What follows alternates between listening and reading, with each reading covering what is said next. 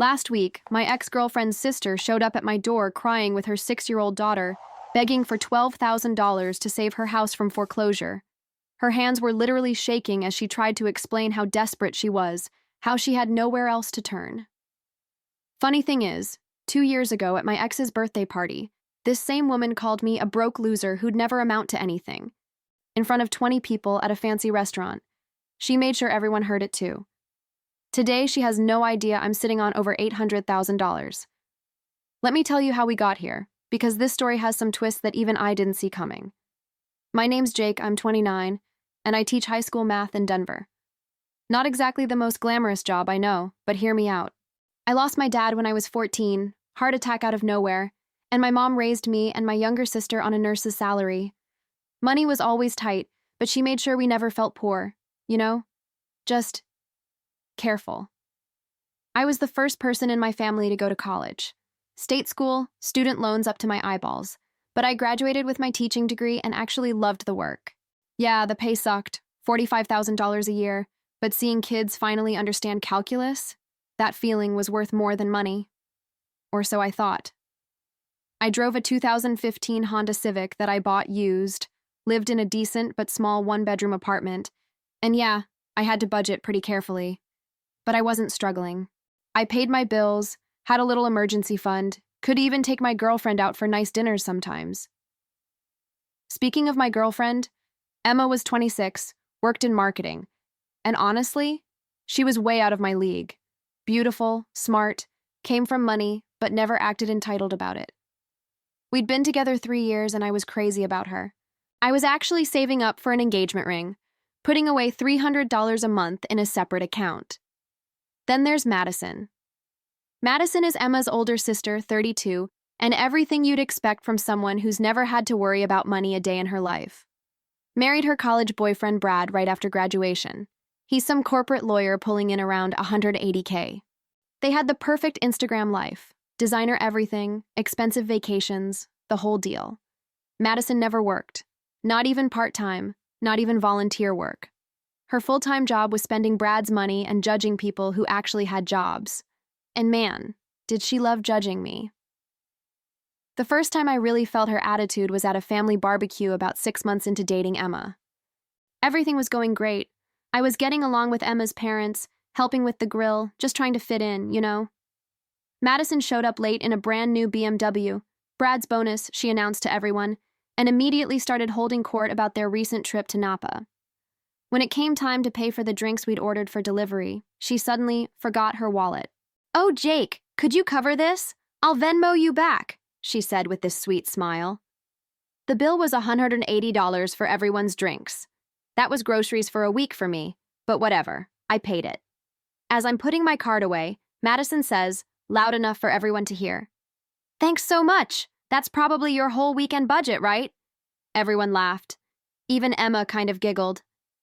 I just smiled and said, happy to help. But inside, I felt about 2 inches tall.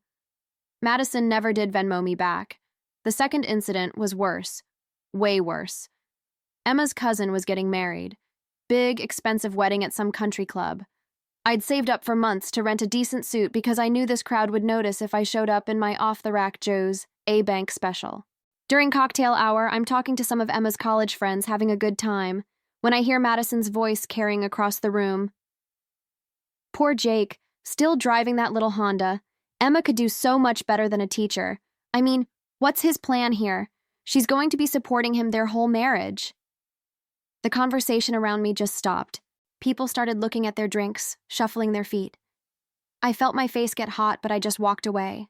Found Emma and told her I wasn't feeling well. Could we leave early? In the car, Emma was quiet for a long time. Finally, she said, "Madison didn't mean anything by it. She worries about me, you know?"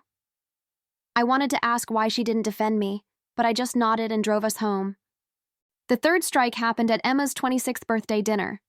Madison had insisted on picking the restaurant, some trendy place downtown where entrees started at $35. I'd looked at the menu online and budgeted for it, but still, it was steep for me. We're halfway through dinner. Madison's had 3 glasses of wine and she's getting loud.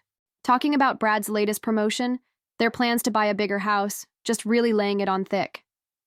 Then she turns to me. So, Jake, what's your 5-year plan? Still going to be teaching high school? Making what? Like $50,000? 45, I corrected, trying to keep it light. Her eyes lit up like she'd just won the lottery. 45,000. Jesus Christ. She looked around the table, making sure everyone was listening. Seriously, Jake, what's your end game here? You're a broke loser who's never going to amount to anything. My sister deserves a real man with actual ambition. The entire table went dead silent. Emma's face was bright red. Her parents looked mortified. I could feel my heart pounding in my chest. I stood up, put $60 on the table for my share, and said, Emma, I'm going home. Happy birthday. I hope you have a great rest of your evening. Madison called after me. Oh, come on, Jake. Don't be so sensitive. I'm just being honest. I walked out and sat in my car for 10 minutes, hands shaking, before I could drive. Emma didn't call that night, or the next day. When she finally texted me 2 days later, it was just, "Can we talk?" We met at a coffee shop near her apartment. She looked tired, stressed. Jake, I'm so sorry about what Madison said. She was drunk. She didn't mean... She meant every word. I cut her off. And you know it. Emma was quiet for a long time. Then she said the words that I can still hear perfectly in my head. Maybe she has a point. My stomach dropped. I mean, not about the broke loser thing. That was awful. But, Jake, where is this going? We've been together 3 years and you're still in the same apartment, same job, same car. I'm not saying money is everything, but I have goals. I want to travel, maybe buy a house someday, have kids who can go to good schools. She trailed off, but I heard what she wasn't saying. You don't think I can give you those things. I think you're a wonderful person, but I think maybe we want different things. That was it. 3 years, gone. She hugged me goodbye, and I swear I could smell Madison's perfume on her clothes. That night, I found out the real kicker. Emma's friend Sarah, who'd always been cool to me, sent me a screenshot. It was from a group chat between Emma and her sisters. The message was from Madison, sent 2 weeks before the birthday dinner. Emma, I'm worried about you. Jake has no ambition. You're going to end up carrying him financially your whole life. And I heard from Brad's friend Mike that Jake was checking out the waitress at that place we went last month. Just saying, you deserve better. None of that was true. I'd never even noticed the waitress Madison was talking about, but Emma had believed it. I was done. Deleted Emma's number, blocked her on social media, threw myself into work and tried to move on. 4 months later, I'm just starting to feel human again. I'd even been on a couple dates. Nothing serious, but it was progress. Then I got a call from my mom. Jake, honey, I need you to sit down. My Uncle Ray had died. Heart attack, just like my dad. Uncle Ray was my mom's older brother, and honestly, I barely knew him. He'd moved out to Silicon Valley back in the 80s, worked for some tech companies, and we only heard from him at Christmas. He was kind of the black sheep of the family. Never married, no kids, lived in this tiny apartment despite making good money. My mom always said he was too focused on work to build a real life. Turns out Uncle Ray had other priorities. His lawyer called me directly. Apparently, Ray had been investing in tech stocks since the early days. Apple, Microsoft, Google, Amazon. He'd been living like he was broke, but his portfolio was worth $650,000, and he left all of it to me. The will was specific. To my nephew Jake, the only family member who chose service over money. You remind me of your father. Good heart, strong values. Use this wisely. I sat in that lawyer's office staring at the paperwork, not believing it was real. $650,000. After taxes, it was still more money than I'd ever imagined having. The smart thing would have been to tell people, right? Call my mom, celebrate, maybe rub it in Madison's face. But I didn't tell anyone. Not even my mom knew how much it was. I just said Uncle Ray left me. Some money.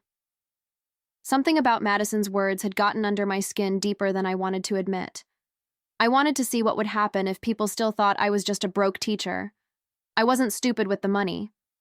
I called a financial advisor, did my research, put most of it in index funds, bought some blue chip stocks, kept about $100,000 liquid for opportunities. But I also made some upgrades. Nothing flashy, I didn't want to blow my cover. I bought a nice house in a good neighborhood, but not a mansion. Told people I'd gotten a small inheritance and qualified for a first-time buyer program. I traded in the Honda for a 2021 Camry. Nice car, but not so nice that people would ask questions. The best part was paying off my student loans. $38,000 gone, just like that. The relief was incredible. I started investing in myself too. Took some graduate courses, worked on getting my master's degree. The plan was to move into administration eventually. Principals made 80 to 90K, assistant superintendents could make six figures. Meanwhile, I kept teaching, kept living pretty much the same life, just easier. I wasn't checking my bank account before buying groceries anymore. I could pick up dinner checks without sweating it. I started a small scholarship fund at the school for kids who couldn't afford college application fees. But I didn't tell anyone about the money. Not my mom, not my coworkers, definitely not anyone from Emma's world. I was curious. Would people treat me differently if they knew? Or would they still see just a teacher? I was about to find out. About 8 months after the inheritance, I'm at Whole Foods on a Saturday morning. I know. Bougie grocery store for a teacher, right? But I could afford organic now, and honestly, their rotisserie chicken was pretty good. I'm in the produce section wearing jeans and a t-shirt, just looking like regular Jake. I hear someone say my name and turn around. It's Madison. She looks different. Tired. Her hair's not perfectly styled. She's wearing Target clothes instead of designer stuff. And she looks like she's lost weight. Not in a good way. Jake? Oh my God, hi. How are you? Her voice is different too. Softer, almost nervous. Hey Madison, I'm good. How are you doing? Oh, busy. Brad got a new position. We're adjusting to some changes. She's looking at my cart. Organic vegetables, nice cheese, a bottle of wine that costs more than $10. Her eyes keep darting to my clothes too. The jeans are Levi's, nothing fancy, but they're new. The t-shirt is just a regular Nike one, but it fits well. You look good, she says, and there's something in her voice I've never heard before. Really good. Are you seeing anyone? Dating around, I say casually. Nothing serious. She nods, smiling too brightly. That's great. You deserve someone wonderful, really. We chat for a few more minutes. She asks about work, seems genuinely interested in my answers for the first time ever. When I mention I'm working on my master's degree, her eyebrows go up. That's amazing. You're so driven. I always admired that about you. I almost laugh.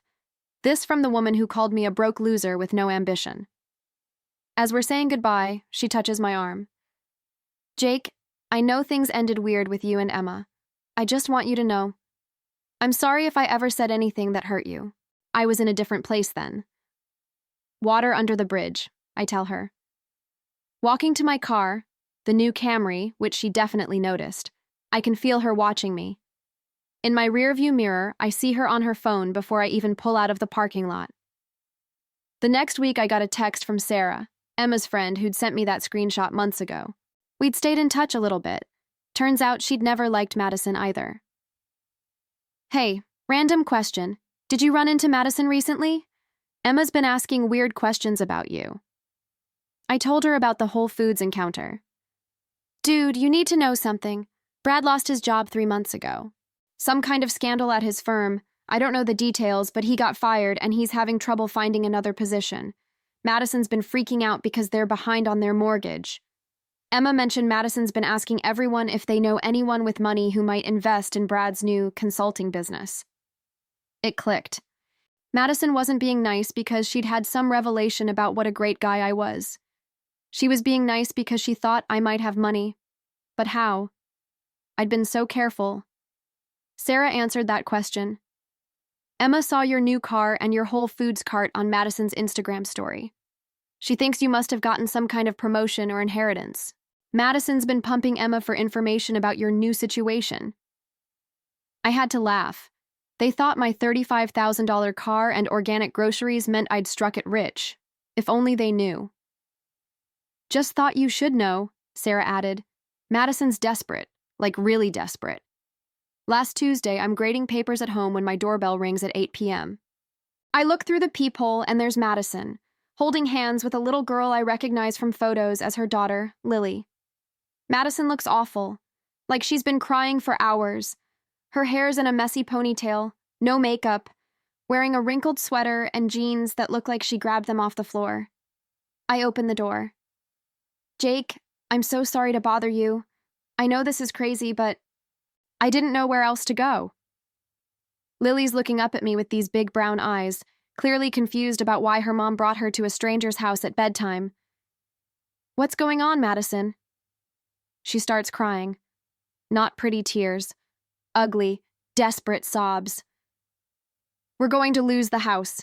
Brad hasn't found work yet, and we're 3 months behind on the mortgage. The bank sent the foreclosure notice yesterday. We have 2 weeks to come up with $12,000 or we're out. She's shaking, trying to hold it together in front of her daughter. I heard Emma said you might have come into some money recently. I know this is insane, and I know I have no right to ask, but could you possibly lend us something?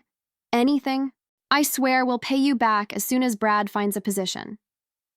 I look at this woman who destroyed my relationship, who called me a worthless loser in front of people I cared about, who spent years making me feel small and inadequate.